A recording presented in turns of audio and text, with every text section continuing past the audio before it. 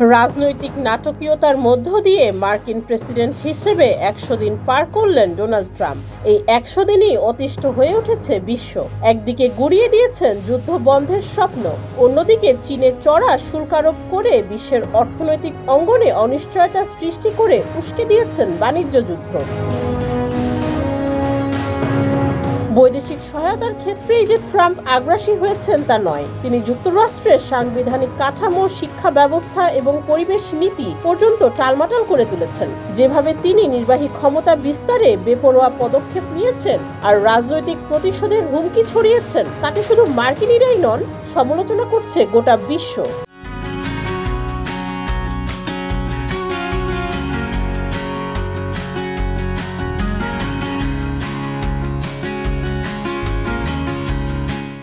Trump একযোগে 140টিরও বেশি নির্বাহী আদেশে সই করেছেন, যার মধ্যে জন্মসূত্রে নাগরিকত্ব বাতিলের প্রস্তাব, বিশ্ববিদ্যালয় এবং আইন সংস্থাগুলোর বিরুদ্ধে আক্রমণ, পরিবেশ নীতি প্রত্যাহার, মেগা বিলিয়নিয়ার ইলন মাস্কের মাধ্যমে ফেডারেল ব্যুরোক্রেসি ভেঙে দেওয়া এবং বেশিরভাগ দেশের বিরুদ্ধে প্রতিরক্ষামূলক বাণিজ্য অভিযান চালানো অন্তর্ভুক্ত।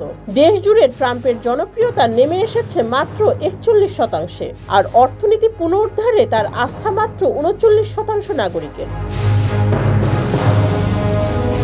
গত 70 বছরে কোনো প্রেসিডেন্টের ক্ষেত্রে এমন পতন দেখা যায়নি। বিশ্লেষকরা মনে করছেন মূল্যস্ফীতি এবং বিতর্কিত শুল্ক নীতি এই জনপ্রিয়তা হ্রাসের মূল কারণ। দায়িত্ব নেয়ার পর উচ্চ জীবনযাত্রার ব্যয় কমানোর ও মহামারী পূর্ব অর্থনীতি ফিরিয়ে আনার প্রতিশ্রুতি দিলেও বাস্তবে ট্রাম্পের নীতিমালার ব্যয় আরো বাড়িয়ে তুলেছে।